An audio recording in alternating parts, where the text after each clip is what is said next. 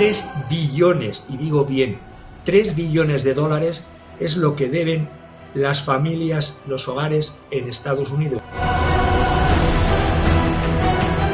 ¿Cómo ha resistido? ¿Cómo ha resistido la economía de la Federación de Rusia? Me gusta observar los productos, ¿no? Y están en ruso, y volteo, y hasta abajo, muy chiquito en letras, está hecho por Procter & Gamble, un monstruo de dinero que está en Estados Unidos. El propio pueblo ruso está enriqueciendo a las grandes élites mundiales. La avaricia y la depredación, como ya estaba desde los orígenes. China, el otro modelo en este caso, de capitalismo de Estado. Y resulta que ya don Venancio no estaba, ni estaba don Pedro o don Juan, sino que estaba un chino. Las 3 potencias más importantes del mundo están pobres. Tenemos informes de que China la está pasando mal o va a comenzar a pasarla muy mal, de que la economía rusa está mal y va a peor, y que la economía de Estados Unidos definitivamente está en el suelo, es la peor.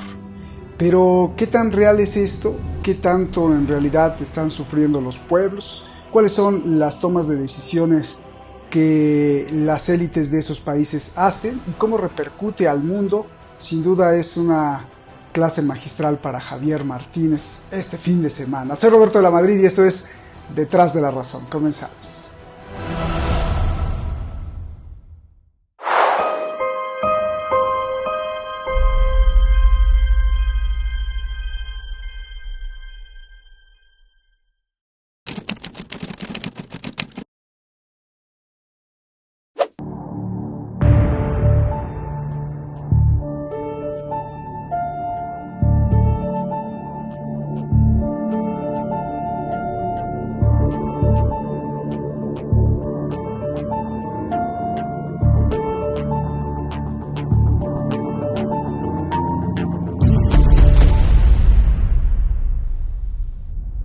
Gracias siempre a todo el equipo de Detrás de la Razón, gracias siempre a usted, a ti y nada más y más que a ti por estar siempre incrementando esta comunidad de Detrás de la Razón. Muchísimas gracias, gracias y gracias. Vamos directamente con Javier Martínez. Javier, como siempre, preparándote toda la semana para abordar un tema creo que muy importante para que nos des pues los elementos más reales para saber qué está pasando en estos 3 países, porque pues los informes se cruzan y pues es todo tuyo el micrófono. No sé por dónde quieras empezar, sino por la economía de Estados Unidos que se desploma, por la economía de Rusia que se desploma, por la economía de China que se desploma.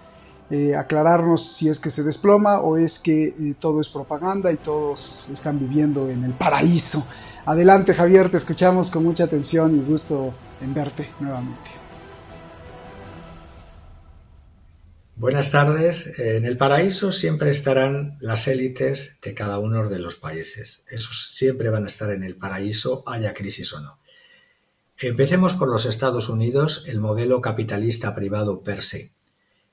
Tomando esta semana la publicación CNN Business y las informaciones que proporcionaba Matt Egan desde Nueva York, me he metido a ver cómo está en esta semana de cara al cierre del trimestre y perspectivas de fin de año la economía norteamericana. La economía, lo primero que veo en los Estados Unidos de América es que la inflación de Estados Unidos significa que las familias gastan más ahora, una media por mes, una media, que eso significa que hay más que gastan y otros menos, pero una media de $709 por mes más que hace 2 años, es decir, está habiendo una bajada del nivel del poder adquisitivo y estos son datos de julio 2023 frente a julio 2021. Y estos datos además los he contrastado con Moody's Analytics y es verdad que la compra de los mismos bienes y los mismos servicios hace 2 años pues eran infinitamente mucho más barata que ahora. Se ha incrementado en estos $709 de media por mes que tienen que pagar más los ciudadanos. Y además los datos, voy metiéndome más en la economía USA, por primera vez en 12 meses, los datos de cierre de julio de IPC, el aumento de los precios al consumidor se ha acelerado anualmente. Estamos hablando de un IPC del 3,2% hasta julio de este año. El año pasado era en torno al 3%. Y según datos de la Oficina de Estadísticas Laborales de los Estados Unidos. Este repunte de la inflación hay que verlo además no solamente del IPC nominal, sino de la inflación subyacente que, excluyendo a los precios más volátiles de los alimentos y de la energía, ha aumentado también un 0,2% desde el mes de junio y está en torno al 4,7% respecto al mismo periodo del año anterior. Y todo esto a pesar de las medidas brutales de subidas de tipos de la Reserva Federal, que en teoría iban para controlar la inflación. La caída de los precios, estamos viendo además que los precios desde el final de la pandemia COVID han subido en torno a una media, siempre hablo de medias, en torno al 10 y al 15% en las mayores economías del grupo G7. Los precios al consumidor en Estados Unidos son, si lo comparamos con los datos del 2021, son un 17% más altos. Y esto que estamos viendo una caída de precios, por ejemplo, en automóviles usados o en las tarifas aéreas. En junio ha habido una levísima reducción, pero estamos viendo que la economía de los Estados Unidos, a pesar de lo que dice el POTUS Biden, que va todo muy bien, que el PIB, la tasa actualizada y desestacionalizada está creciendo un 2,4, ya estamos viendo lo que está subiendo los precios desde abril a junio. Los factores de la subida de este 2,4 en la economía norteamericana es por la inversión empresarial no residencial, fundamentalmente en gasto, inversión en equipos, luego por un dato que hace variar mucho y desvirtúa este incremento, son las compras del gobierno, compras gubernamentales, y por la inversión o reactualización de inventarios. Lo más peligroso de todo esto, de que el estadounidense paga más por los mismos servicios que hace 2 años y por los mismos productos que hace 2 años, es que los estadounidenses, con los tipos de interés más altos, tampoco pueden acudir al crédito. Los créditos que ya tienen son más caros, los importes de sus préstamos hipotecarios, de sus tarjetas de crédito y de sus préstamos estudiantiles tienen que pagar todavía más, la concesión de créditos es más restrictiva. ¿Y qué están haciendo los ciudadanos que tienen ahorros? Los estadounidenses están sacando dinero de sus planes de ahorro a un ritmo bastante alarmante. Estos son datos del Bank of America del martes 8 de agosto en un informe que se llama Participant Pulse, participando el pulso del Bank of America. Estamos viendo retiradas de dinero bastante importantes. En el segundo trimestre de este año 23, en torno a 15.950 millones de dólares y un incremento del 36% en relación al segundo trimestre.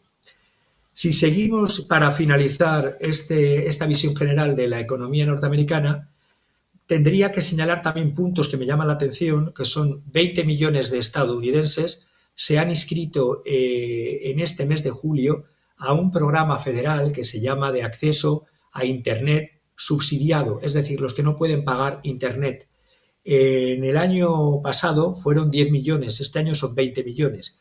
Y se está diciendo, la propaganda dice, bueno, es que fundamentalmente estos subsidios de $30 al mes o de incluso de $75 al mes son para los pueblos aborígenes en las reservas.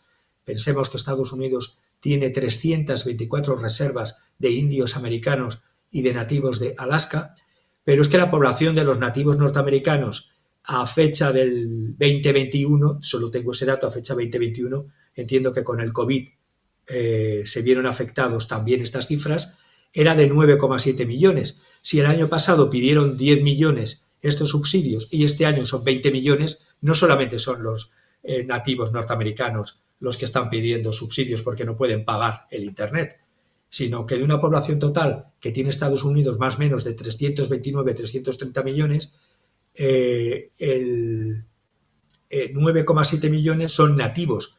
Y si estos nativos de un 10% o más tiene más de 65 años, entiendo que estos subsidios al mes no van a ir solo para los aborígenes. Si desgloso para que se vea muy claro cómo está la situación americana y se entienda en los bolsillos de quienes nos están escuchando, voy a diferenciar los tipos de deudas que tiene una familia. Si vemos por una parte que los saldos de deuda de los hogares, al mes de julio se ha incrementado hasta niveles de 3 billones, y digo bien, 3 billones de dólares es lo que deben las familias, los hogares en Estados Unidos. Es decir, es un país con una economía endeudada en empresas, en familias y en gobierno. Los datos son de la Reserva Federal, son datos del primer trimestre 2023, no me los invento. Las deudas, voy a ir desglosando, deudas por tarjetas de crédito de los hogares, datos del martes 8 de agosto, superaron por primera vez en la historia la barrera histórica del 1 billón de dólares. De estos 3 billones que deben los hogares, 1 billón es por tarjeta de crédito. Las tarjetas de crédito, más de 45.000 millones de la deuda de los hogares se ha incrementado en estos meses.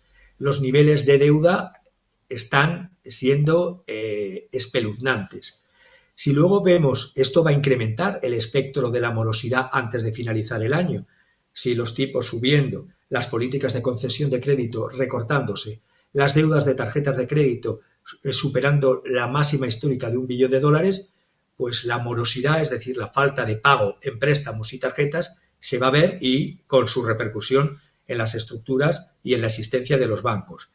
Los pagos de préstamos estudiantiles, que como sabemos, los préstamos estudiantiles federales en Estados Unidos, para estudiar te tienes que endeudar, se van a reanudar en octubre porque hubo una pausa de 3 años por la pandemia que el POTUS Biden hizo que se cancelaran o se paralizasen de momento esas deudas.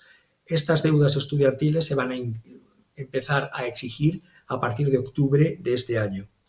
Y repito, Joe Biden dice, la economía USA sigue siendo fuerte. Fuerte, dice Javier Martínez, en endeudamiento.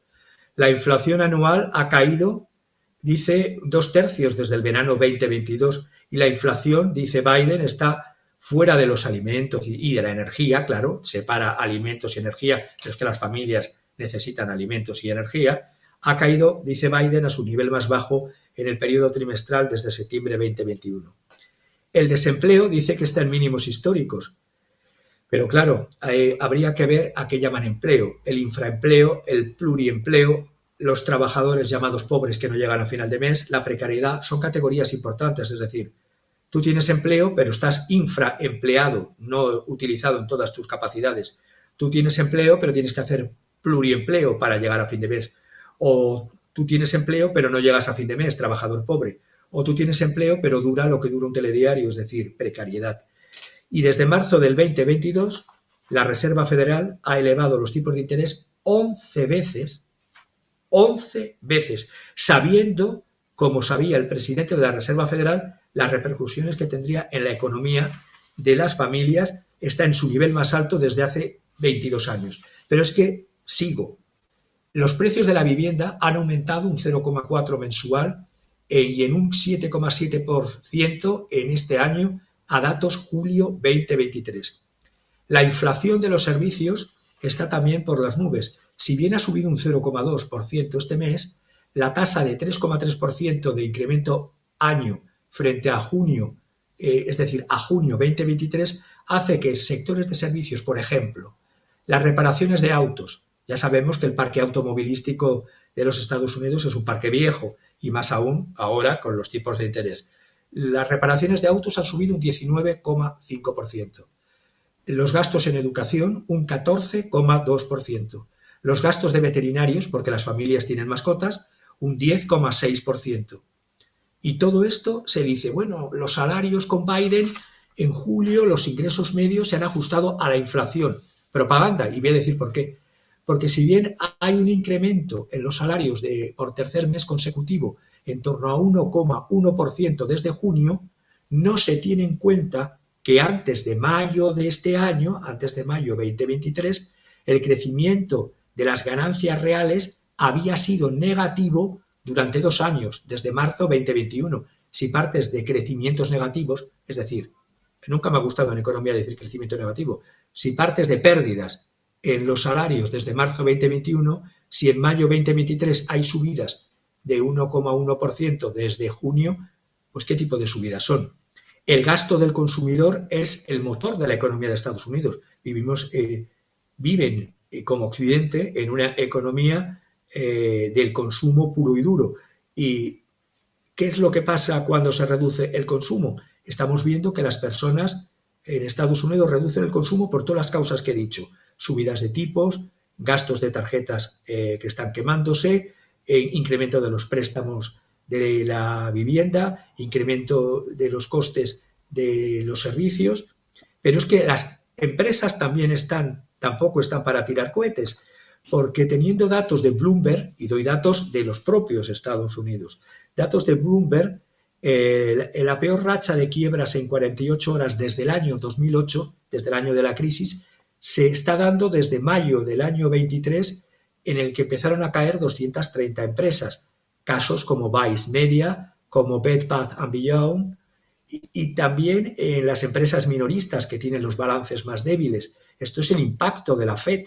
Es decir, Estados Unidos es una economía eminentemente financiarizada y lo que va bien en Wall Street no va bien ni para las industrias ni para los hogares. Las empresas pequeñas o medianamente grandes de más de 50 millones de dólares están cayendo también en quiebras a un ritmo más acelerado. Resumiendo y finalizando, la alta inflación de los últimos 2 años y las aceleradísimas subidas de tipos de ese engendro llamado Fed están pasando factura.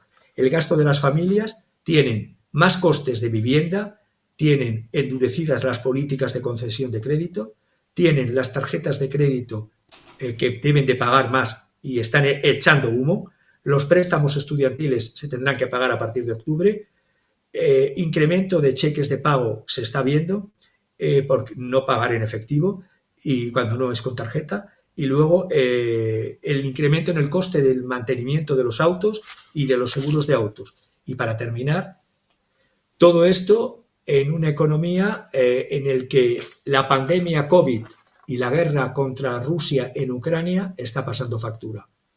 Esto en cuanto a Estados Unidos. Hice la cuenta rápida promediando lo que decías de que por primera vez llegan al $1 billón en deuda solo de tarjeta de crédito. Entonces, por lo menos, digo, algunos muchísimo más, algunos muchísimo menos, pero por lo menos en promedio todos están endeudados. En caso de que todos tuvieran tarjeta y deuda, tendrían más de $3,000 solo de deuda en su tarjetita de crédito. Claro, algunos no la usan y algunos están, pero casi se los lleva el embargo, ¿no? Hablando de Internet, fíjate qué curioso que nos estás informando que hay muchas ya comunidades en Estados Unidos que están pidiendo apoyo al Internet gratuito porque pues no les alcanza para pagar el servicio, cuando en el mundo, no sé en España, pero aquí ya en México ya llegó desde hace unos meses el Internet satelital del señor Elon Musk. Y bueno, pues aquí no es gratuito, obviamente, sino que Elon Musk está invadiendo el mundo, cobrándoles, no sé si sea caro o barato para otras partes de Europa, pero el dato está curioso, ¿no? Pagas $400 y te llega una antena chiquita a tu casa, tú mismo la instalas, no hablas con nadie, ningún técnico, yo creo que todos son robots por teléfono, WhatsApp, y tú instalas tu antena en donde estés, en la región más perdida o más lejos de la civilización, incluso donde no haya cables, ahí está, porque lo orientas al satélite, y luego pagas una renta mensual de $50 y ya tienes internet auspiciado, patrocinado por Elon Musk en cualquier parte de la selva, de la sierra, de la alta montaña de México, y me imagino que esto se está extendiendo para toda América del Sur y me imagino que en Europa también. Mientras los propios estadounidenses, como dices tú, como dice Javier, pues están pidiendo muchos, por favor denos internet, pero de gratis, cuando acá pues lo están cobrando en esta fiebre. Pues muchas gracias por esta radiografía, tomografía o ecografía que haces de los Estados Unidos. A ver, vámonos con la economía, ya sea de Rusia o de China. Escoge tú, Javier, adelante. Empiezo por China, el otro modelo en este caso, de capitalismo de Estado. China, tengo datos contrastados de Global Times del 9 de agosto y luego datos de la contrapropaganda, en este caso de la BBC. Y luego datos que me he metido en estadísticas, las que he podido, estadísticas de la República Popular China. El IPC de China, en este caso, es justamente lo contrario. Está cayendo en julio 2023 por primera vez en 2 años. Entonces estamos viendo todo esto. Ya advierto que va a haber un cambio de rumbo por las políticas de estímulo desde el Estado, porque China sí puede hacer políticas de estímulo a la demanda, porque puede y quiere hacerlo, las dos cosas. Lo quiere hacer, pero también lo puede hacer. Se esperan cambios de rumbo en estas políticas de estímulo y lo que ha caído el IPC en China es de un 0,3% anual en julio. Esta caída del IPC, que la BBC se ha puesto histérica a decir, ¡ay, estamos en una deflación! Pues no, señores. He estado analizándolo y deflación, desde el punto de vista económico, de momento no veo deflación. La caída del IPC es gradual. La próxima etapa de recuperación económica de la República Popular China está cobrando impulso, y voy a decir por qué. Y voy a decir también los puntos débiles. Y la demanda del mercado en constante expansión. El IPC subyacente, por ejemplo, a pesar de esta caída del IPC nominal, el IPC, según la Oficina Nacional de Estadísticas, en julio 2022 los precios de los alimentos cayeron un 1,7%, es decir, más que el IPC medio. Pero el IPC subyacente, que es decir, el deduciendo alimentos y energía, subió un 0,18%, con un ritmo de un incremento de un 0,4 en comparación a junio, con lo reequilibraría la bajada del IPC nominal. Y una subida de los precios del turismo en julio 2023 del 13,1%, acelerándose el 6,7% más que en el mes de junio. No hay riesgo de deflación, digo, porque durante todo el año los precios al consumidor, el tercer trimestre, julio, agosto y septiembre, habrá precios al consumidor subidas con estas políticas de estímulo que revigorizan el consumo, es decir, que ayudan a que consuma la población en vez de retenerlo en ahorro. De por sí, de todas las maneras, la cultura china es cultura de ahorro y no cultura consumista, pero la política que se busca desde el Partido Comunista Chino en esta política neo-keynesiana es estimular la demanda interna vía estímulo del consumo. El contexto de recuperación económica sostenible que está teniendo China, a pesar de los crecimientos menos elevados, el crecimiento es de 2 dígitos de la oferta monetaria. ¿Qué digo con el crecimiento de la oferta monetaria? El Banco Central de China está lanzando al mercado para que la gente consuma, tanto en circulación como en lo que hay en depósitos, un incremento de un 11,3% interanual, el equivalente, para que nos hagamos una idea, a 287 billones de yuanes, que estos son casi 40 billones de dólares. Va a haber recuperación de los precios de la energía. Pensemos que ha estado comprando energía y sigue comprando, o compraba energía barata a Rusia, y los precios del petróleo estaban a la baja. Y habrá estabilización de los precios de la carne de cerdo, que está a la baja ahora. El IPC estará, es lo que yo veo más o menos, creo, que el IPC en China estará en torno al tercer trimestre, en torno a un 4%, es la cifra mágica que todos quieren, un IPC del 4%, y podría incluso ser más bajo al finalizar el año. El IPC promedio de los 7 primeros meses ha ido incrementándose un 0,5%. Y digo que no es deflación, a pesar de lo que dice la propaganda BBC, que le vendría muy bien. Además, un periodo de deflación en China ayudaría a frenar los precios, la subida de precios en Reino Unido. Estas son las competencias entre las economías. Pero no va a ser así, porque las décadas perdidas que sufrió el Japón en la etapa de los años 90, cuando hubo caídas de IPC durante largos y largos periodos, y hubo una deflación sostenida a largo plazo y una recesión a largo plazo, no tiene que ver nada con la estructura económica y con las políticas económicas de la República Popular China, porque aquí el crecimiento del IPC se va a ver en las industrias de servicios y se ve mayor que en la de Japón en esas etapas. He estado estableciendo comparativas para ver si podía haber deflación a la japonesa y no. Y a pesar de que tiene envejecimiento poblacional, es menor que el envejecimiento poblacional que tiene Japón, que ya desde los 90 iba en picado. Por lo tanto, el índice de precios al productor, que me preocuparía más en China, porque ha caído un 4,4% interanual, pues bien, es la décima caída mensual consecutiva. Eso sería más preocupante, pero estas caídas del IPP, del índice de precios al productor, tampoco es tan bajo como lo fue en el 2016. Me he ido al 2016, que es cuando cayó más, en torno a un 5,4%. Por lo tanto, hay margen todavía frente a ese 4% frente al 5,4% que cayó en el 2016.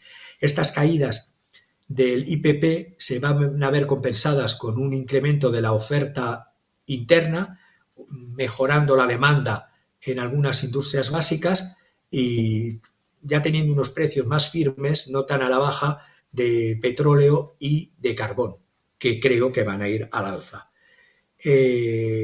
Las ventas al por menor en julio están incrementándose frente a esta supuesta deflación en torno al 2,5%, son menos que lo que hubo en junio, que fue un incremento del 3,1%, y la producción industrial en julio estaba al 3,7%, cuando en junio estaba al 4,4%.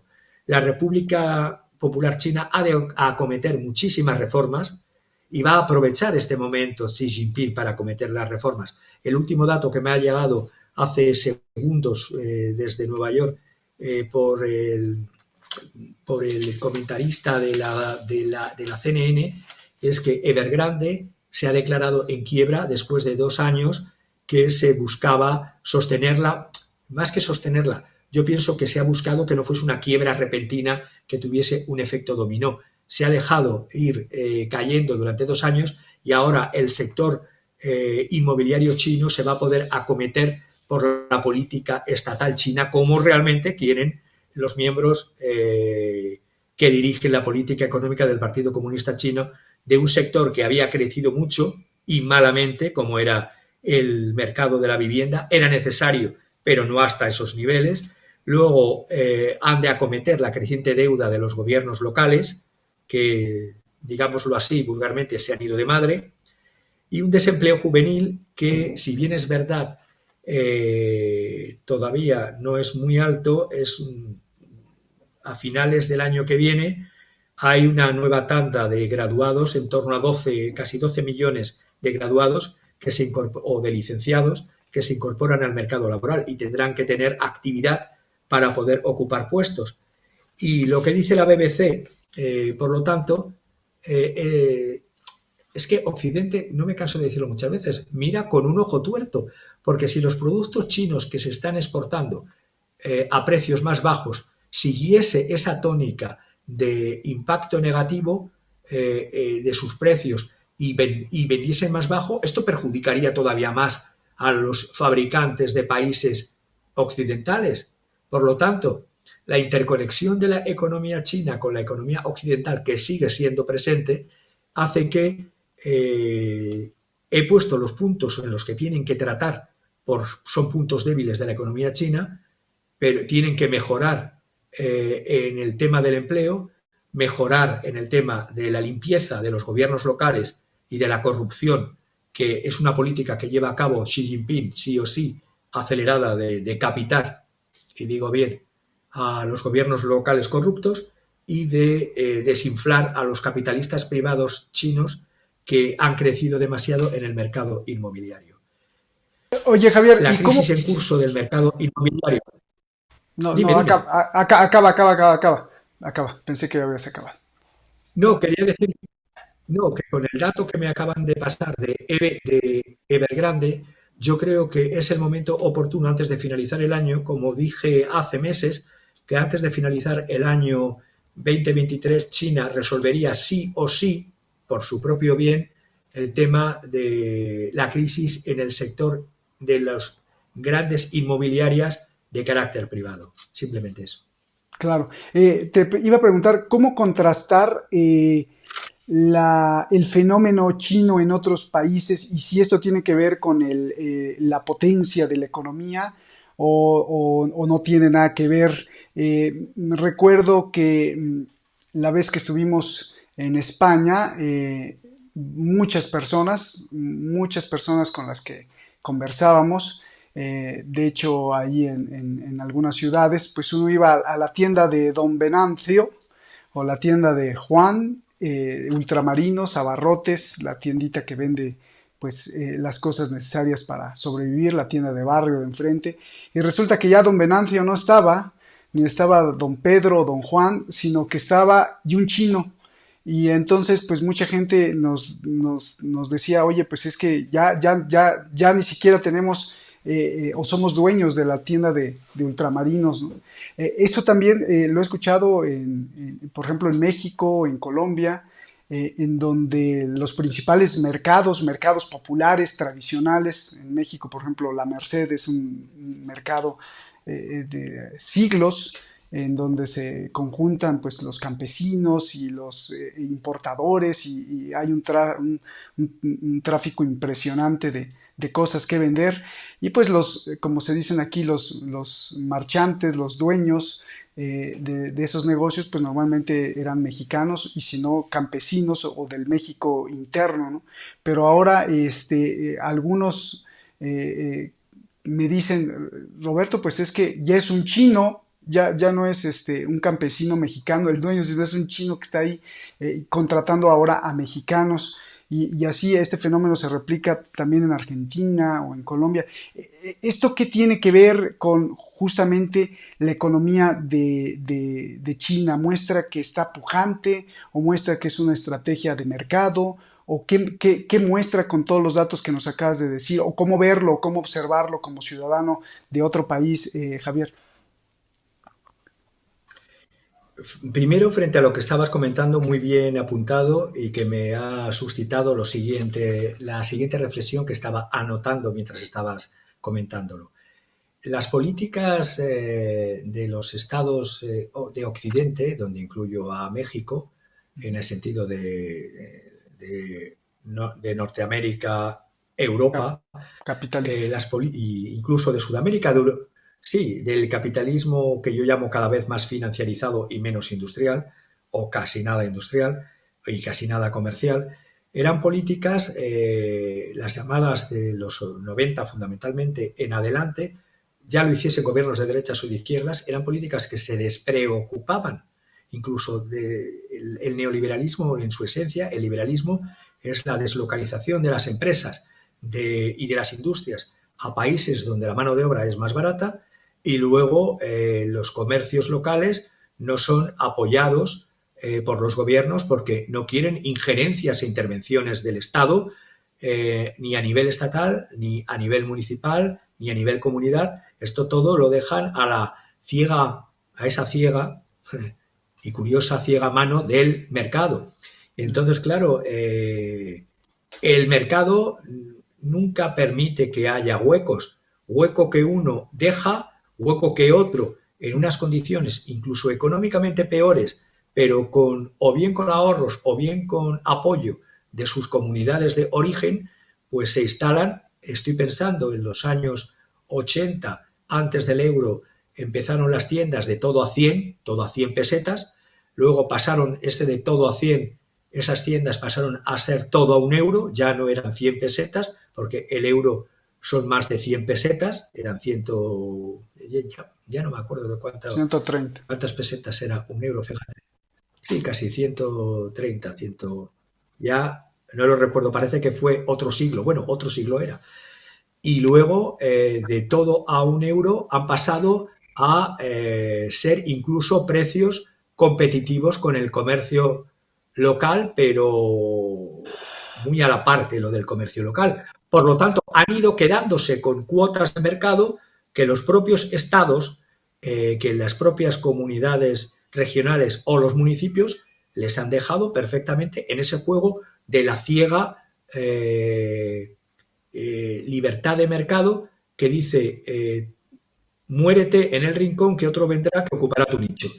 Entonces, frente a lo que me estabas diciendo, pues lógicamente, ¿es culpa de los chinos o es culpa de las administraciones en todos los niveles de los distintos países que en vez de preocuparse, cuando tú vas a invertir a China, y desde los años 80, que yo ya conocía las inversiones en China a través de Credit Lyonnais, y estoy hablando de 1984-85, tú para invertir en determinadas zonas de China entonces y como hasta ahora, solo invertías en determinadas zonas que te permitían, invertías un porcentaje de capital porque en los rubros o sectores de industria que fuera, porque el Estado chino se reservaba para defensa de sus intereses el 51% del capital de esas empresas y se reservaba el control y supervisión de esas empresas. Eso se llama capitalismo de Estado. ¿Alguien prohíbe que las políticas de Occidente pudiesen ser otras? No, se quiere eso porque se vive de las finanzas y el sector de población que realmente importa es el sector de las grandes finanzas y de los grupos financieros internacionales. No importa ni las pequeñas y medianas industrias, ni los autónomos, ni el pequeño comercio. Eso no importa. Y si me apuras, ni hasta el gran comercio, porque incluso ya se ven afectados grandes grupos comerciales. En España estoy pensando, el Corte Inglés ya no es el Corte Inglés en este año 2023 que era el Corte Inglés de los años 2000. Es decir, la decadencia incluso ha tocado también a las grandes distribuidoras y a las grandes marcas de comercio. Por lo tanto, el problema no es del chino, el problema es del Estado y de la regulación y de las políticas de las administraciones que están en ese Estado, en cada uno de esos estados.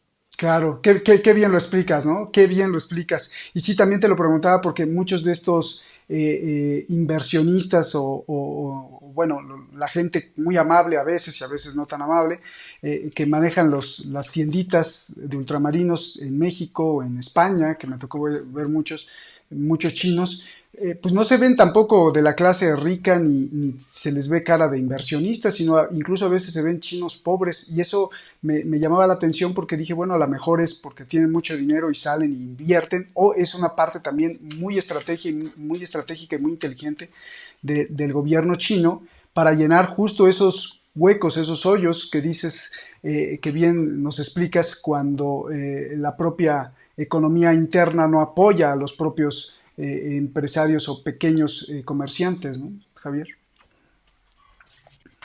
Totalmente, es que es cuando los gobiernos se lavan las manos a lo Poncio Pilatos y lo único que cogen son los impuestos para ver cómo mejoran las rentas de diputados, de senadores y de administradores y de gobernantes provinciales y nacionales, si esa es la finalidad, y luego eso sí, pequeñas migajas de testimoniales de esta subvención para leer el cuento de Pipi Calzas Largas, pero la realidad es ni hay un apoyo no hay ni reindustrialización ni apoyo a la inversión en industria, en comercio, ni en agricultura, ni en pesca, ni en ganadería, ni en los sectores tradicionales de la economía. Eso sí, en los sectores de las finanzas y de las altas finanzas, eso está que crece y cada vez más grande.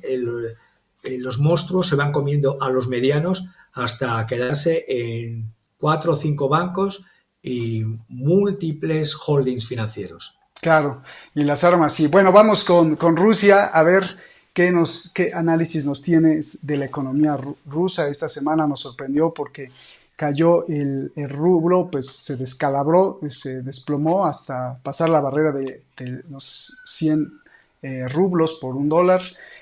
Parece que la están tratando de recomponer, levantando o incrementando las tasas de interés del banco ruso, pero explícanos mejor que tú.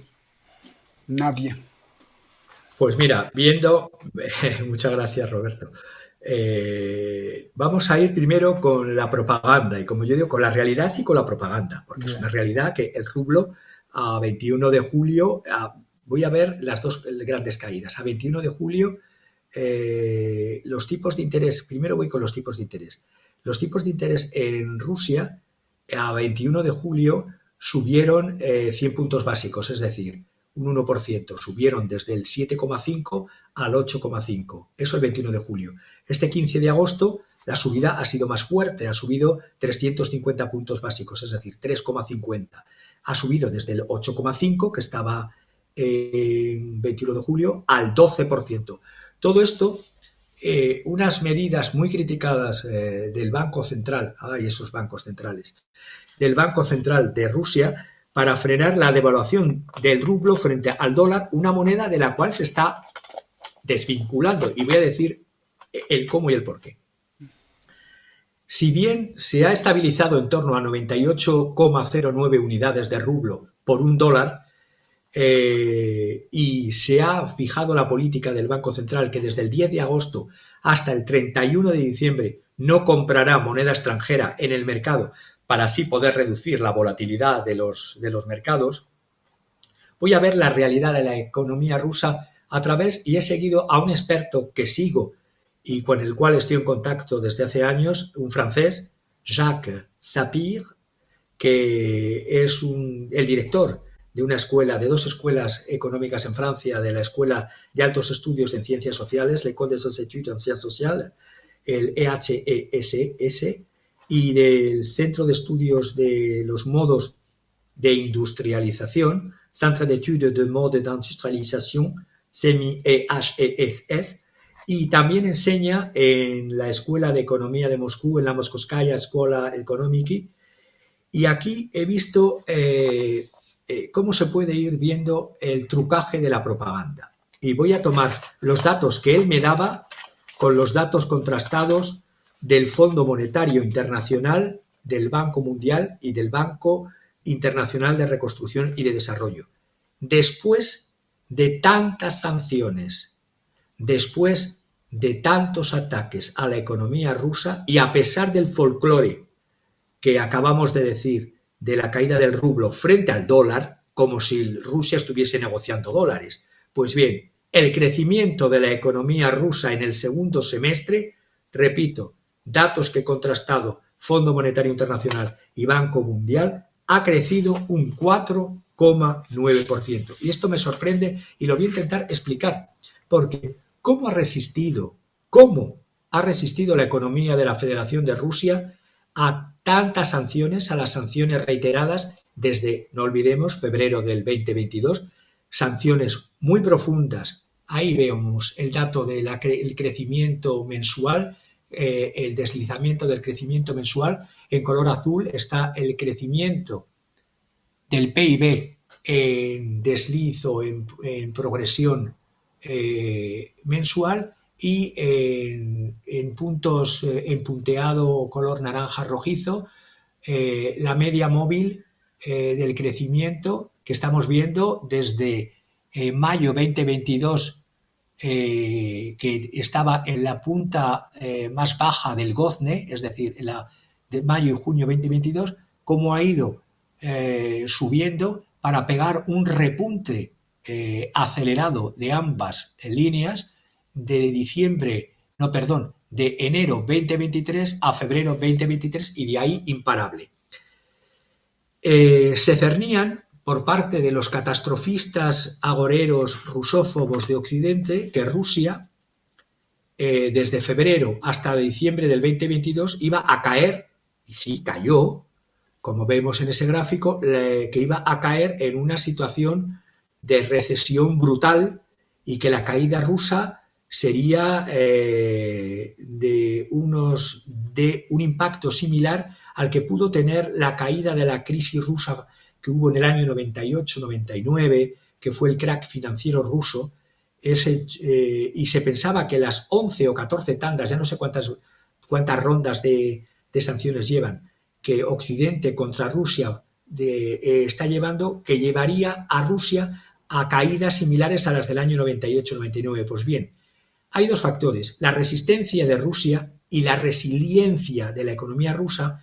Si bien en el año 22, y hemos visto antes el gráfico, estaba creciendo a principios del 22, antes de la intervención rusa, a un 3,5 y cayó en recesión Rusia en un menos 2,1 al finalizar el año 2022, hemos visto que ese impacto Occidente decía que sería del 8, del menos 8 o del menos 10, pues bien, fue del menos 2,1. Y la realidad es que en este año 2023 la economía de la Federación Rusa no solo no se ha hundido, ni financiera, ni económicamente, sino que a finales del semestre 2023 se demuestra por el gráfico que hemos visto antes un crecimiento robusto y sólido. Y ahora vamos a ver por sectores. Ese es el gráfico donde se ve el crecimiento desde enero, febrero 2023 y el despegue ya todos los meses siguientes, mayo, junio y julio.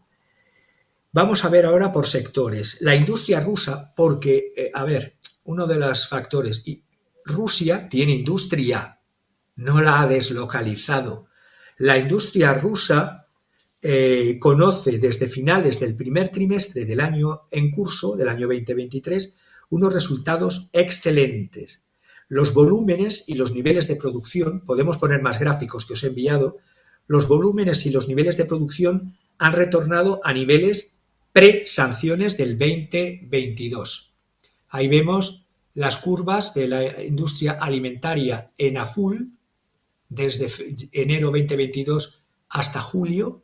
Vemos la industria de confección en naranja y vemos la producción de muebles en verde.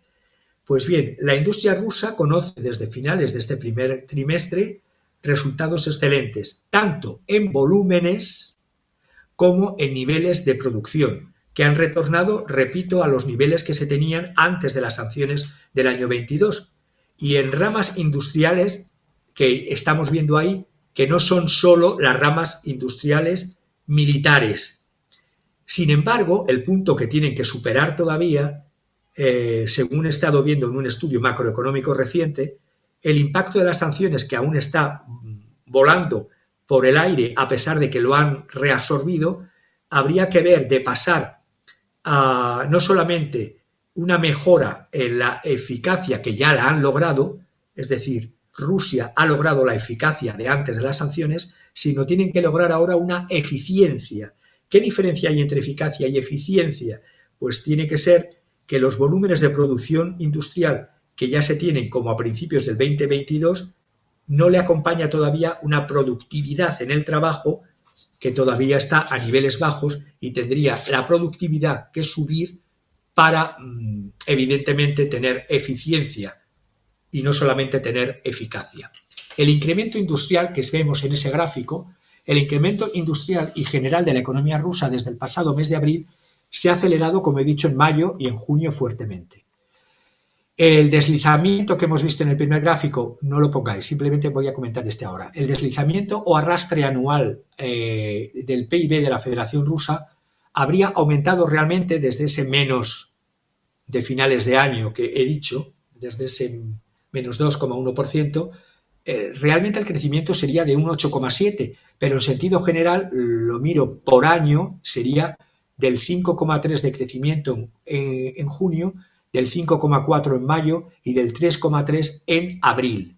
La cifra de negocios del comercio detallista, y vemos ordenadores, electrónica y óptica, equipo electrónico, máquinas y equipos.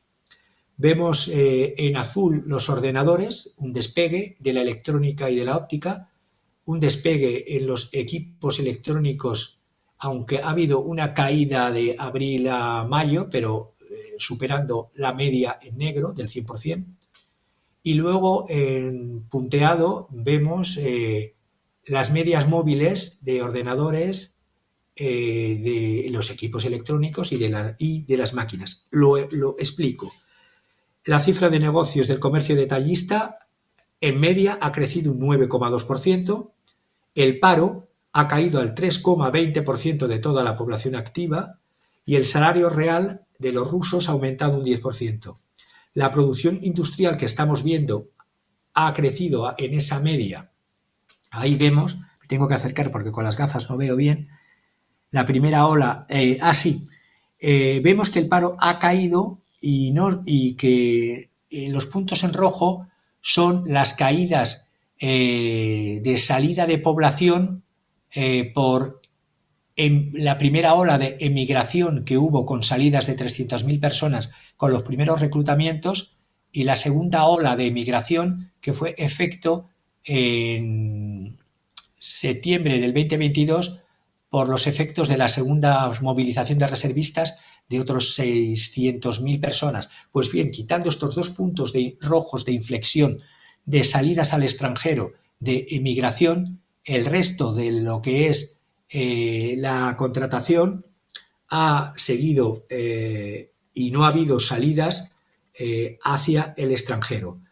El salario real se ha incrementado un 10% y la producción industrial, como he dicho, de una media de todos los rubros ha crecido, si le hago la media de todos los rubros, un 6,5%. Por ejemplo, hay un 13,1% de crecimiento en la industria manufacturera. Pensemos la caída de la industria manufacturera en Alemania, que comenté hace semanas, en recesión.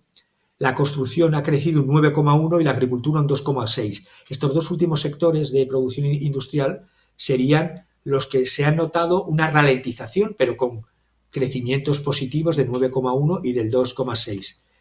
En el marco estrangulador de estas sanciones, que hay que decir que son las sanciones más grandes, las más reiteradas contra un Estado-nación fuera del caso de una guerra en abierto o guerra declarado, ¿cómo es posible este crecimiento y cómo es posible esta resiliencia rusa? Lo veremos. Las medidas de Occidente, de la Unión Europea y sobre todo de Estados Unidos contra Rusia, son prácticamente las de una guerra, y lo digo así claro, económica, abierta, declarada y manifiesta. Pero la Unión Europea y los Estados Unidos de América subestiman las capacidades de resiliencia de la población rusa. Ahí vemos a dos personas de la población rusa. Primero, la capacidad de aguante, la capacidad de resiliencia y luego las capacidades rusas como país, es decir, históricamente, pero desde antes de la Unión Soviética, desde que se gestó como país, liberándose del yugo de los tártaros y luchando contra los turcos. Es un país cuyas capacidades rusas se demuestran en su resistencia, 2, en su transformación y 3, en su capacidad de reacción. El gobierno ruso, además, ha ayudado tanto a la población como a las empresas en esta última docena de años en un cambio de política, porque las políticas de los ministros de finanzas de Rusia, cuando Rusia era del grupo G8, eran políticas también neoliberales. Ahora estamos viendo que el Ministerio de Finanzas ha levantado sus políticas restrictivas y el crecimiento de la inversión, y esto es lo curioso, crecimiento de la inversión en el año pasado, mientras que la economía se estaba contrayendo, hemos visto que hubo esa recesión de menos 2, y pico, la inversión creció de los empresarios un 5,4%. El optimismo de las empresas realmente y de los empresarios despegó desde otoño del año pasado y el dato importante es desde principios de este año en curso, año 2023, los beneficios de los sectores no petroleros y no gasístico, esto es muy importante, los beneficios de los sectores no del petróleo y no del gas, desde principios de este año 23, han aumentado más rápidamente que los beneficios de los sectores de hidrocarburos. Y eso es un cambio de tendencia de política. Y ahora voy a explicar por qué Rusia aprendió mucho de las primeras sanciones del año 2014. Los rusos tienen esa capacidad de aprendizaje cuando les dan duro. Se ha reflejado esto en un crecimiento del empleo, como estoy viendo, en una baja histórica de la tasa de desempleo, que ya está en torno, he dicho, del 3,2%, y que podía crecer en torno al 3%. Y ya no hay salidas al extranjero. Además, se han reducido muchísimo y son muy limitadas. Como hemos visto también, la producción industrial, recapitulando, está en su nivel más alto desde diciembre del año 21. Y la producción manufacturera en estos 4 primeros meses del año tiene un alza de media de 4,8 en relación a los resultados del año 2022. Ahí vemos el sector del refino y de las industrias químicas, y vemos en azul, la que está en caída es la del refino y de la coquefacción. En el sector amarillo-naranja es las resinas y las materias plásticas, que se ha incrementado y sigue incrementándose, y la industria química, si bien ha tenido una subida espectacular enero, febrero, marzo, ha tenido un estancamiento en abril, mayo, y un repunte en este mes de junio y julio. Las previsiones para junio del 23 indicaban ya un alza en torno al entre el 7 y el 8%. Con los malos datos de marzo a mayo del año pasado, el impacto de estos crecimientos que estamos viendo en todos estos sectores se ve que es un crecimiento sostenido, que hay base de crecimiento sostenido y que hay una resistencia particular a la crisis y al crecimiento absoluto. Voy a explicar ahora muy brevemente el porqué, remontándome en la historia muy cercana. Me remonto a la crisis de las subprimes del año 2007-2008, que afectaron fundamentalmente a los Estados Unidos, a Rusia y en menor medida a la China, que salió en defensa de Occidente en esa crisis del 2007-2008. A Rusia y al Banco Central de Rusia y a sus gobernantes económicos les cogió en aquel entonces por sorpresa. Estamos hablando de 2007-2008. Rusia estaba en mieles, ya no era G7, era G8. Y Rusia, en ese confiar, a pesar de lo que decía entonces mi amigo Jack Sapir, que he nombrado antes, e institutos que sigo como el IPEHR, el gobierno tardó en el 2007-2008 en poner medidas de sostén a la economía. Desde noviembre del 2008, que las venían anunciando, no las pusieron en funcionamiento hasta finales del 2009, y eso les pasó factura. Luego vemos algo fundamental que explicaría el crecimiento de ahora. A finales del 2013, el Banco Central de Rusia cambió su política de meramente de estar fijándose en los tipos de cambio dólar-rublo a fijar una política también de señalar un objetivo de inflación, y señaló el célebre objetivo de inflación del 4%. Pues bien, desde finales del 2013, sobre todo a partir de las sanciones del 2014 por el tema de Crimea, la economía rusa, ahí vemos, justamente en ese gráfico que os he pasado, vemos, no logro leerlo, aunque la crisis financiera de las subprimes está en rosa. Las primeras sanciones contra Rusia están en amarillo y la segunda ola de sanciones están en azul. Pues bien, Rusia ha aprendido de esa primera ronda de sanciones del 2014 porque empezó a hacer una política de sustitución de importaciones, una política de desvincularse del dólar americano, un refuerzo de su propio sector financiero. Son políticas que los estados pueden y deben de hacer, pero bueno, unos lo hacen y otros no lo hacen. Y eso no les hace ni mejores ni peores, simplemente que a la hora de la eficacia y de la eficiencia, unos son eficaces y eficientes y otros son abuelos batallitas que van de mal en peor. Entonces, en enero del 2016 hizo Rusia una cosa importante, que fue un mercado de yuanes cotizando en la bolsa de Moscú, y se decía en el año 2016, ¿para qué se cotizan yuanes en la bolsa de Moscú? Pues bien, eso hizo que desde abril de este año el yuan, la moneda, sea la moneda más negociada en Rusia, superando desde febrero de este año el 60% de los activos del Banco Central que están en yuanes y ya no están en dólares. Por eso cuando te sube, que pierde valor el rublo frente al dólar, si las economías se están haciendo con intercambio de monedas locales, como ya he explicado muchas veces, se ha hecho una política de disminución de lo que llaman los rusos monedas tóxicas, es decir, el dólar y el euro, que han pasado, ya en junio estaban en el 58,8, en julio están en el 54,4 y van camino de convertirse en el 50 o incluso por debajo del 50%. Y termino diciendo que el Banco de Rusia venderá diariamente yuanes por valor de 23,8 millones de dólares, es decir, diariamente van a vender 23,8 millones de dólares en yuanes desde 1 de agosto al 31 de enero de 2024. La participación del yuan y la interacción con la economía rusa es creciente. Vemos un incremento de la cooperación económica y política de la República Popular China con Rusia, porque Occidente ha pegado una patada en el culo a Rusia y se ha quitado el apoyo de una Europa en relación económica fuerte con Rusia por la inteligencia de Bruselas.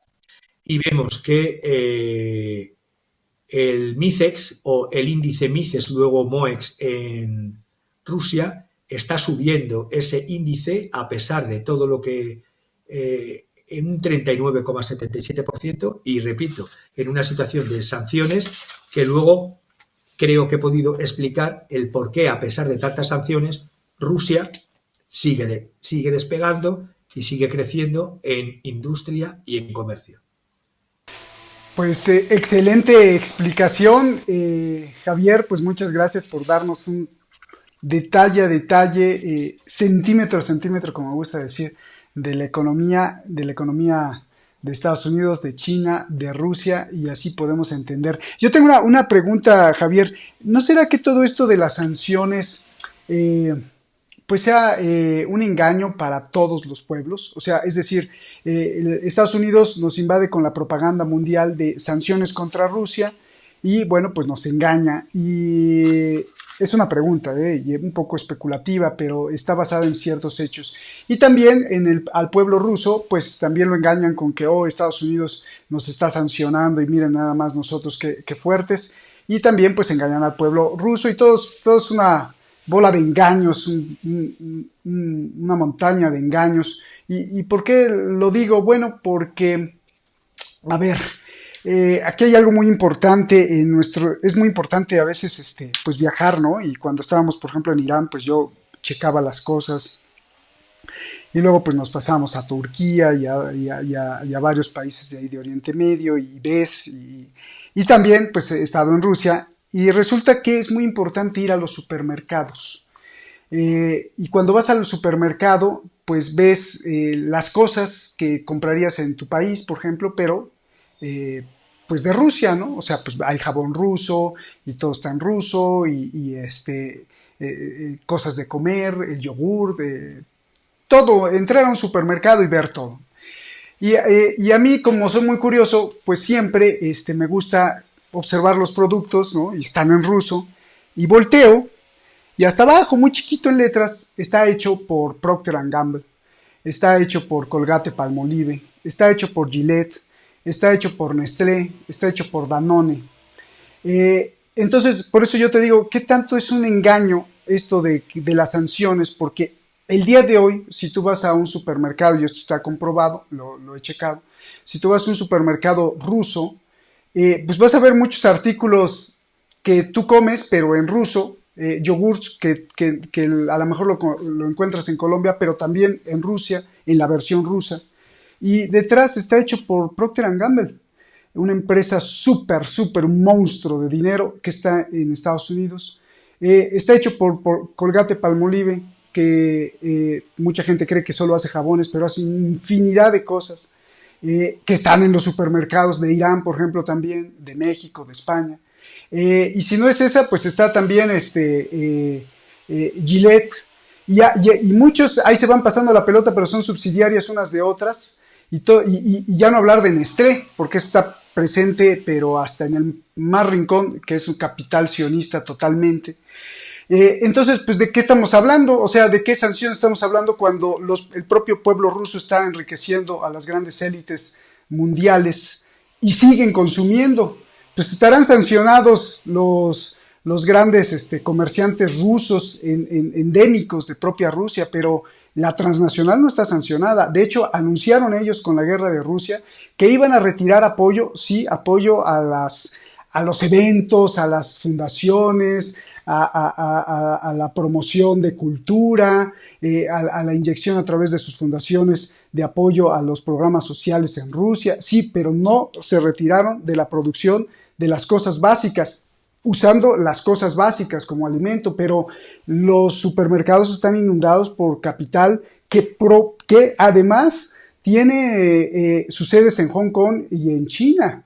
Entonces, bueno, pues si no les pagan en dólares, también reciben yuanes. Y entonces ahí yo me pregunto, esto es un engaño, pero para todos, tanto para los pueblos de Estados Unidos como los pueblos vasallos, aliados, como los propios rusos, porque finalmente siguen comprando esas cosas que los alimentan todos los días, las 24 horas, que necesitan pasta de dientes, enjuague bucal, medicinas, y son miles de millones de dólares que paran en las manos de Estados Unidos y ellos pues están riendo. Entonces, y que como digo, además aceptan yuanes, porque ya me ha tocado cuando estaba, por ejemplo, en Irán y no me podían depositar mi sueldo, empresas en Hong Kong y en China te depositaban en yuanes y te depositaban en Nueva York y triangulaban con un banco BBVA y acababa en pesos. O sea, no se están riendo de nosotros, Javier,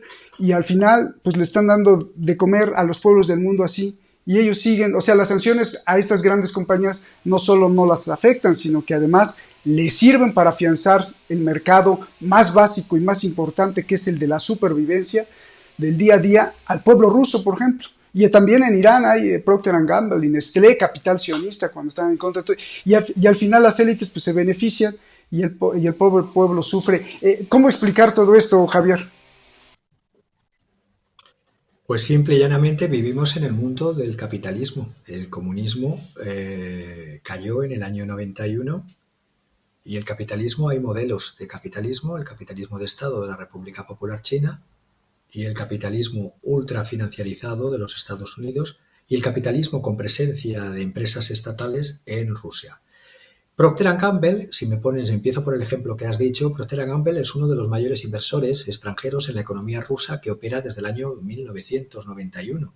Es decir, desde prácticamente la caída del muro, la caída de la Unión Soviética, Procter & Gamble y muchas multinacionales de capital extranjero se instalaron en Rusia y a pesar de eso Rusia cayó en la crisis que he dicho de los años, la crisis financiera del año 90, de los años 90 y Rusia estuvo en el G8 hasta el tema de Crimea, que se le fue expulsando y fue saliendo del círculo de Occidente para supervivencia de la lucha de élites, porque siempre he dicho que son luchas de élites, pero la realidad es que en estas luchas de élites, que siempre miran en primer lugar sus intereses, hay políticas que mirando sus propios intereses, hay políticas que miran sus intereses muy mucho y otras que miran sus intereses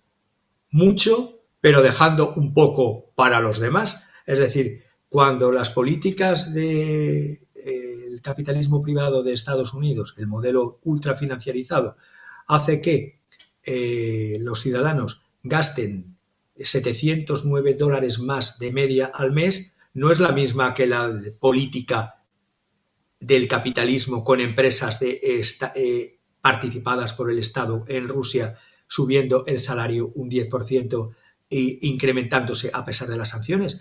Las luchas de empresas que no han sido sancionadas, transnacionales, y que se han dejado, porque hay países grandes, países medianos y países pequeños. Los países pequeños y los medianos ante las transnacionales les tienen el pie en el cuello. Los países grandes, las transnacionales juegan, pero tienen una especie de pulso donde todavía existe una parte de soberanía nacional. Es decir, las transnacionales no han hecho fragmentar y dividir como quisieran el territorio ruso. Las transnacionales no han provocado un conflicto en Taiwán todavía, donde caiga la República Popular China. El nivel de vida de los países y las economías no son intercambiables al 100%. Yo no puedo comparar el nivel de vida y el bienestar y la sensación de bienestar de un ciudadano medio europeo del norte de Europa y de un ciudadano medio europeo de Grecia, por ejemplo. Y estamos en el mismo continente. Las macromagnitudes importan, y dentro de las macromagnitudes y dentro de las luchas de élites básicas y monstruosas que existe en el capitalismo de fin de siglo, más grandes todavía que las del siglo XIX y que las del siglo XX, porque es la lucha de verdaderos dinosaurios gigantes, hay que ver en dónde las ciudadanías están cada vez peor. Por ejemplo, en la España del progreso, entre comillas, el litro de aceite, y somos el primer país productor de aceite del mundo, estaba hace poco a 4 euros y pico el litro, ha ido subiendo a 7 euros y pico el litro, y ya se vislumbra que esté a 8 euros el litro, es decir, se ha duplicado, y se dice que es problema de las cosechas. Bueno, pues reduzcamos o controlemos, por lo menos desde el gobierno social y progresista, el que haya en las cocinas de las ciudadanas un apoyo a los mercados internos, y no todo vaya a exportación, donde cobran todavía más el litro de aceite de oliva. Pero claro, estamos viendo que élites son todos los que están en el gobierno, pero élites que miran única y exclusivamente por su bolsillo, los hay muchos, o casi todos, por decir todos, pero algunos que miren un poco, entre otras cosas, por eso de que tengan paz social, pues lo pueden mirar en esa perspectiva. Y no es lo mismo el capitalismo, con sus pros y sus contras, ultra financiarizado y deslocalizado de Estados Unidos, del capitalismo de Estado chino, y no es lo mismo que el capitalismo de empresas nacionales, con presencia de empresas nacionales y oligarcas o multimillonarios en Rusia. Es decir, las economías dentro del capitalismo no son las mismas, y por lo tanto, que todo sea un engaño. Yo no digo que sea un engaño, que el pueblo se cree los engaños de que el que viene con una etiqueta te va a solucionar la vida. No, por sus hechos les conoceréis. Yo nunca juzgo a nadie a priori. Juzgo a las personas y a los gobiernos a posteriori. Y es como se tendría que hacer. Es decir, es como, si ya puedes tener un cierto vislumbre, es como con el cuadro que os he puesto para comentar hoy. Si ya vemos las avaricias manifiestamente, huyamos del avaricioso. Pero si incluso con un traje de avaricioso todavía te crees que te van a dar algo porque se van a acordar de ti, pues huye del avaricioso y no creas al 100% en el magnánimo hasta que no le vea los resultados. Claro, qué bien lo resuelves y lo indicas, ¿no? Y puse este ejemplo, disculpa, pero es que de verdad a mí me da tanta rabia que no quieren dejar nada, ¿no? Y esto desde hace, como lo dices, desde hace muchísimo tiempo, pero digo, como Procter & Gamble hay otros monstruos, y es el ejemplo del capitalismo arrasador, depredador, que no se conformaron con hacer pues un producto, ¿no? O sea, o un jabón, sino que hacen fibras para lavar los platos, y de pronto hacen jabón para lavar los platos, y de pronto hacen neumáticos, y de pronto y hacen todo, ¿no? Pues el síntoma de una avaricia y una depredación y una arrasar con todo. Nosotros hacemos todo, tú no simplemente gastas y ya está. Javier, te agradecemos mucho toda esta... Tienes el ejemplo de Bill Gates. Es decir, Bill Gates hace lo mismo un roto que un descosido. Lo mismo viene del sector de la informática, que te hace vacunas, que te invierte en estudio de mosquitos, y luego, curiosidad, hay una plaga que ha surgido en Florida y en Texas de paludismo, pero ya está la vacuna. Es decir, no hay que olvidar, Javier, si quieres comentamos el cuadro. Sí, no hay que olvidar, Javier, que Bill Gates fue el que inventó el virus en las computadoras, porque no existían virus en las computadoras y de por ahí, de su grupo, salió los primeros virus que decías, ay, ya se infectó mi computadora, y luego pues entonces salió la solución. ¿Qué cuadro nos trajiste, querido Javier? Y por favor, si nos los comentas. Es un cuadro, vemos dos cuadros realmente, son dos copias. Es un pintor llamado Marinus van Reimerswalde. Marino van Reimerswalde, porque viene de una población que es Reimerswalde, un municipio de los Países Bajos en una provincia llamada Zelanda. Por eso de que los holandeses fueron los primeros que estuvieron y nombraron Nueva Zelanda en origen a su Zelanda o provincia natal. Esta ciudad que vemos ahí, que luego lo voy a comentar al final, es curioso la avaricia y la depredación, cómo ya estaba desde los orígenes de ese mundo capitalista que surgió en torno fundamentalmente en el siglo XV. Este pintor nació en 1489 y murió en el siglo XVI, en el 1556. Se burlaba ya del mundo financiero. Se burlaba del mundo financiero retratando a los primeros mercados capitalistas de Amberes, antes de ser la bolsa de Ámsterdam, era la bolsa de Amberes, en donde eran los recaudadores de impuestos o los cambistas.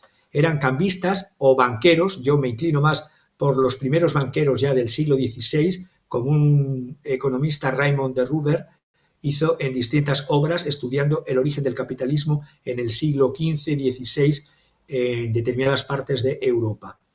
Hay dos versiones de este cuadro que las vemos ahí. Una está en el Museo del Hermitage de San Petersburgo y otro está en el Museo del Louvre. El tesorero, una se llama el tesorero municipal, escribiendo en el libro, y otro contando, que es el que vemos en el margen izquierdo. Si mal no recuerdo, es el óleo del Hermitage, y el otro es el del Museo del Louvre. Es la época de este pintor, Marino, ya se empezaba a regular las transacciones financieras a través de estructuras administrativas, burocráticas, complejas, como ya eran controladas por funcionarios. Los llamados cambistas, los que cambiaban la moneda, que existían desde el siglo XIII, se convirtieron pronto en el símbolo, y ahí se ven sus retratos, tanto en la copia del Louvre como en la de San Petersburgo, el símbolo de la usura, el símbolo de la codicia, además vestidos con prendas extravagantes, anticuadas, como son esos tocados que llevan en la cabeza, que se utilizaban en sí para distinguirse, para diferenciarse, ese deseo del protocapitalismo, del primer capitalista, de diferenciarse del resto de personas. Se ponían esos gorros tan ridículos. El siglo XV, recordemos, las monedas eran de oro, las que emitían, por ejemplo, reyes españoles y franceses. Entre las más valiosas luego fueron las de plata, cuando nos dedicamos a coger toda la plata, fundamentalmente los españoles del Potosí, del Perú. Por eso se dice esa expresión en español: vales más que un Potosí. Se lo puedes decir a tu amada o se lo puedes decir a un colega: vales más que un Potosí, pero el Potosí son las minas del Perú. Y en la zona europea, las minas de Sajonia, que se explotaron en ese principado, cuando Alemania era un fragmento de principados, ducados y de reyes y reyezuelos. No más que decir que ya desde ese primer momento este pintor pinta esos rostros que dan un poquito de miedo, que parecen siniestros, pero son los primeros símbolos del capitalismo mercantil del siglo XV y del siglo XVI, que se dedican a la especulación. Y especulación se dio, además, para que veamos la estupidez del ser humano en este sistema que nació en el siglo XV y que está hasta hoy, pero que no existía antes, por lo tanto, no es eterno. Especulaban incluso, estoy pensando, que este pintor tuvo que ver dos cosas. Cuando él estaba vivo, vio que su ciudad desaparecía, y lo voy a comentar luego. Pero 81 años después de su muerte, cuando la bolsa se pasó de Amberes a Ámsterdam, se vio la primera quiebra financiera ya del capitalismo, que fue el 5 de febrero del año 1637, cuando un lote simplemente, un grupito de bulbos son porque los tulipanes es una planta bulbosa y antes de plantarse son bulbos. Un lote de bulbos de tulipán valían 90.000 florines, para que nos hagamos una idea de la locura de la especulación. El salario medio era de 150 florines. Comprarse un buey o una vaca eran 120 florines. Pues bien, 90 bulbos de tulipán llegaron a valer 90.000 florines. La gente hipotecaba sus casas, hipotecaba sus patrimonios para comprar bulbos de tulipán. Pero curiosamente, un día después, esto durante meses, pero fue la fiebre del tulipán. Un día después, el 6 de febrero de 1637, curiosamente, un lote que tenía medio kilo de tulipanes solo se vendió por 1.250 florines. Pasó de 90.000 a 1.200 y quebró todo, toda la especulación, toda la burbuja financiera que el capitalismo desde sus orígenes ha creado, cuando no se basa la economía en agricultura, pesca, ganadería, industria y comercio, cuando se basa en la especulación, hace que unos bulbos de tulipán valgan más que casas, que una vaca, que un salario de un mes. Y claro, pasa lo que pasa. Y estos señores que están ahí retratados vivían en una ciudad, el pintor, que fue tragada por las aguas, también por la especulación y por la estupidez humana. Y si nos vamos a la ciudad,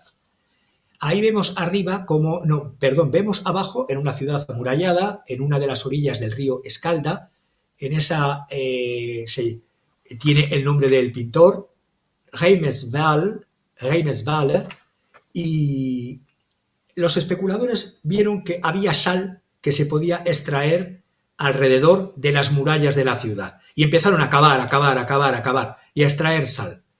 ¿Qué pasó? Que hubo una inundación un sábado, 5 de noviembre de 1530, que fue la noche del 4 de noviembre realmente, que en holandés, cuando yo estudiaba allí, lo llaman el mal sábado, el Kwade Zaterdag, y fue el día de San Félix, o el diluvio de San Félix, el Sint Felix Flood.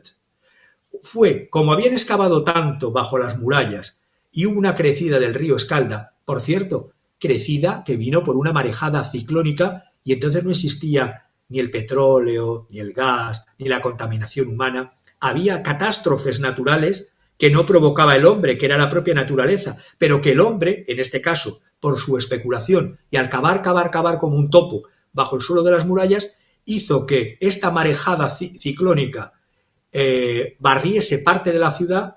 Mucha gente tuvo que emigrar, los que no murieron, a las ciudades del otro lado del Escalda, a Tolen y a Zierikzee, pero la ciudad todavía continuaba. Y digo que todavía continuaba porque las guerras, otro gran invento del ser humano, las guerras hicieron que esta ciudad, que todavía quedaban restos, cuando estaban luchando los holandeses durante 80 años de guerra contra los españoles, para que los españoles les dejasen en paz y les dejasen libres, el ayuntamiento de esa ciudad, lo que todavía quedaba, eso que veis ahí arriba, que todavía quedaba un poquito, después de hundirse murallas y parte de la ciudad, en la parte de arriba veis que todavía quedaba ciudad, el ayuntamiento se puso del lado de los españoles. Pues bien, pues los que estaban en contra, con barcos que se ven ahí, barcos que se llamaban los mendigos del mar, que eran piratas, que luchaban contra el reino de España, se les ocurrió decir: ah, sí, pues vamos a hacer desaparecer toda la ciudad hasta sus cimientos. Incendiaron todos sus cimientos y la ciudad quedó totalmente, que ya no se ve.